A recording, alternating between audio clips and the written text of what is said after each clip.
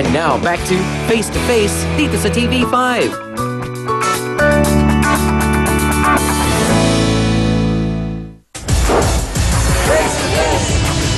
Nang tanungin ko si Alvin, ang isinagot niya sa akin ay oo, ipinagpalit niya ang anak niya sa iba. Alvin, ito na ang pagkakataon na mapag-usapan to at maiayos. Alvin, balikan natin. Alvin, balikan natin ang araw na nagiinuman kayo ng mga kaibigan mo. Sino ang kasama mo? Tatlo po kami. Sino-sino kayo? Si Edwin. Si Eddie at si Edwin. Opo. Matalik mo sila mga kaibigan. Opo, tatlo. Matagal na kayong magkakaibigan. Tagal na po. Okay. Natatandaan mo kung anong taon yon nung nag-inuman kayo? Opo. Anong taon? 2001 po. 2001. Paanong napunta at kanino nang galing ang ideya na magpalit kayo ng mga anak? Ito kasi ma'am, nagpalit na kami. Sabi ni Edwin Kasi wala naman. ka bili ng alak! Sabi naman ni Edwin na, alin na lang kaya tayo nito kasi iniwan din siya ng asawa niya. Iniwan siya ng asawa niya, din. ikaw iniwan din. ako. Okay. Hindi na bumalik. Ngayon, sabi ko, sige, palitan lang tayo kasi gusto ko rin na lalaki. Ang anak ko. Okay. Tapos siya din gusto babae. Di nagpalitan na kami. So, ang anak mo ay babae at ang pangalan nito ay Si Geraldine po. Geraldine. Ang anak ni Edwin ay lalaki at ang Joselito pangalan po. nun Joselito po. ay Joselito. Opo. Nung lumalaki ang bata, nasaan si Joselito? Pinsa po. Sino ang kilala niyang ama? Ako po. Sino ang kilala niyang nanay? Ay, wala po. Wala na po. Wala kayong sinabi. Wala. Kaninong picture to? Picture ng anak ko yan.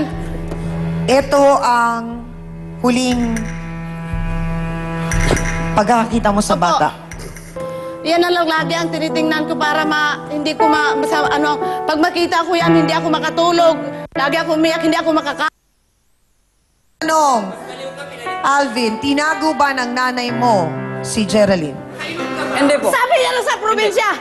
Hindi Tapos po. mabalitaan ko, nag-aaral sa Tanagsura. Yung galing ako trabaho. Wala na, nandun na sa kapitbahay Para-pareho namin kayo! yung bata. Tapos So siya, anong nagpintuan gamit ng na apelido ng bata ngayon? Kilos na po. Paano nangyari yun? Si Joselito na po yung dito sa akin. Nagawa na lang kami ng pagpalitan namin. Nagawa na lang kami ng, gagawa na lang namin kilos. Kasi mamaliit pa sila eh. Nalidemonyo ng utak So yan. pati yun, reaction yun ni Kuya Alvin na pati pala birth certificate alaman. Oo nga, Chang, at eto't napapailing nga ang mga nanay na nandito. Hindi maganda ang ginawa mo para sa iyong anak. At kung yun lang naman pagkakamali ni Imelda na iniwanan ka, eh hindi naman sapat na doon ka lang tumampo at ipagpapalit mo yung anak mo sa alak. Doktora, marahil talagang hindi rin nakakayanan na nga ni Ate Imelda yung mga nagiging pangyayari sa loob ng tahanan nila na sobra-sobra na yung away, pag-inom, pang-aabuso. Kaya hindi na niya marahil siguro naisip pa na bitbitin yung bata at parang napaka-helpless na niya na wala na siyang nagawa kundi sagipin na lang ang sarili niya. Pero alam natin na walang ina na makakatiis na iwan ang kanyang anak. Totoo yun, Chang. Kaya nga nung sinasabi niya na binalikan, parang, di ba, impulse natin, automatic, ano yung naiisip beses ko natin na binalikan immediate. niya ng anak ko. So ngayon, kung sakasakaling matauhan ka na, ang tendency, marirealize mo, oops, meron akong pagkakamali, binabalikan niya. Ngayon, alam mo, sana, Aling Melda, napakahaba ng panahon na lapse na maaring maka-apekto sa bata sa ngayon. Lalo't hindi sila kilala. Parehas, dahil pinagpalit Oo. nila eh. Oo. At talagang magiging napakahirap at mabigat ang sitwasyon na ito para doon sa mga bata dahil mukhang hindi naisip ng mga ama nila na meron itong napakalaking epekto sa kanila yung ginawang pinagpalit. Pagkatapos, bukod pa doon, hindi nila alam kung sino talaga ang tunay na ina nila. Chang, malaki. Una-una, ilang taon na po ba yung bata ngayon? Ilang taon na po, Aling Melda? Yung anak ko, 14 na po. Ilang taon na si Joselito? 14 na po. 14. Halos magkaedad po. Okay, so yung ganitong edad, Chang, nasa post-pubertal para maging nasa adolescent Oo. alam nyo kasi binubuo na yung personalidad nito eh. Tapos biglang magkakaroon ng ganitong conflict na i-introduce mo ito.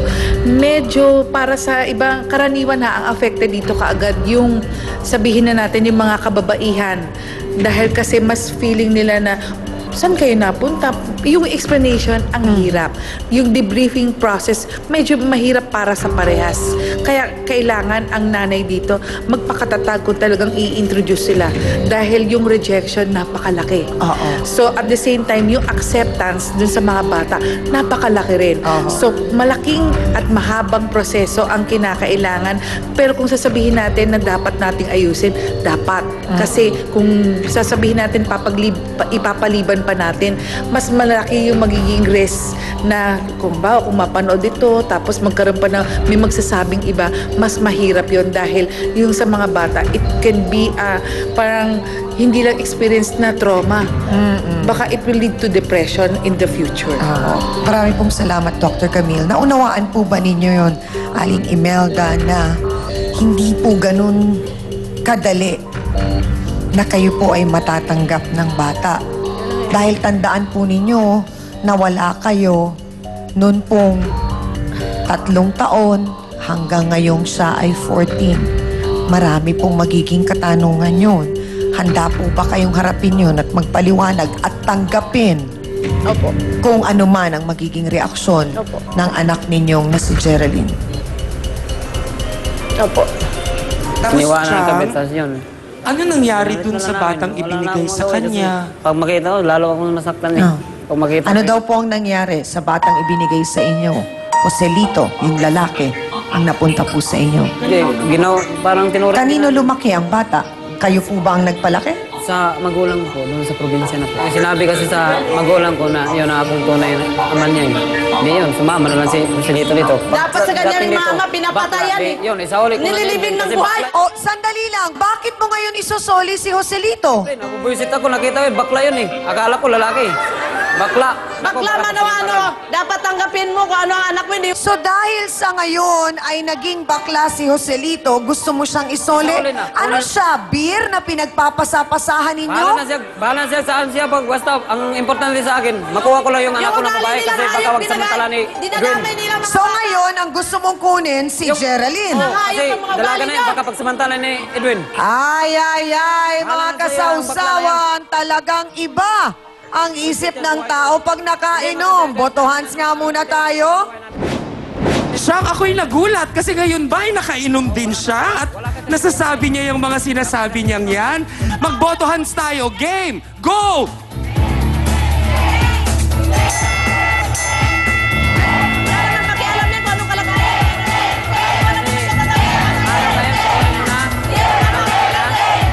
Naku, Kuya Alvin, sana nakikita mo na ang lahat ng mga nakataas ngayon dito sa studio ay kulay puti. Na ang ibig sabihin, naiintindihan nila kung bakit si Ate Melda ay galit na galit sa'yo. Yan ang ating boto hands.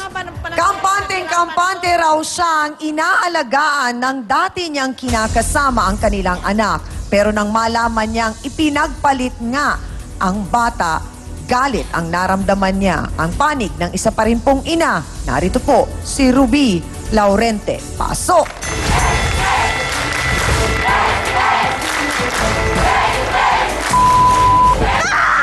Sandali lang! Wisit ka! Wisit ka! Bakit mo binabalik ang anak ko? Wisit ka!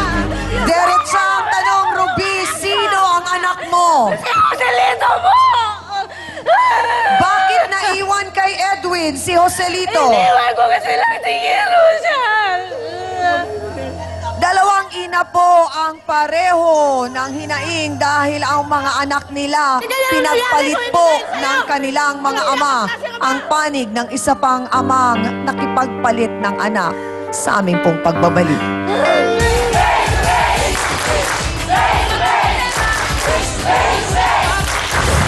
Sabi niya, ipagpalit niya kasi gusto niya ng lalaki. Tapos ngayon, ayaw na niya kay bakla. Buisit ka! Sandali lang! Facebook sausawa na mga kapatid. Helen Postanes Petrash. Hello, Chang Ami. Super like ko ang programa mo kasi ang daming moral lessons na matututunan, lalong-lalo na sa mga advices ng trio. At type ko rin yung mga gestures, actions, and facial expressions mo. Pati sina B1 at B2 hands at mga bisita ay talagang nakakatuwa. Nandyan na ang lahat ng mysteries, from sorrowful to light. Wish ko na forever na lang yung program mo para time will come na lahat ay wala ng problema. God bless you.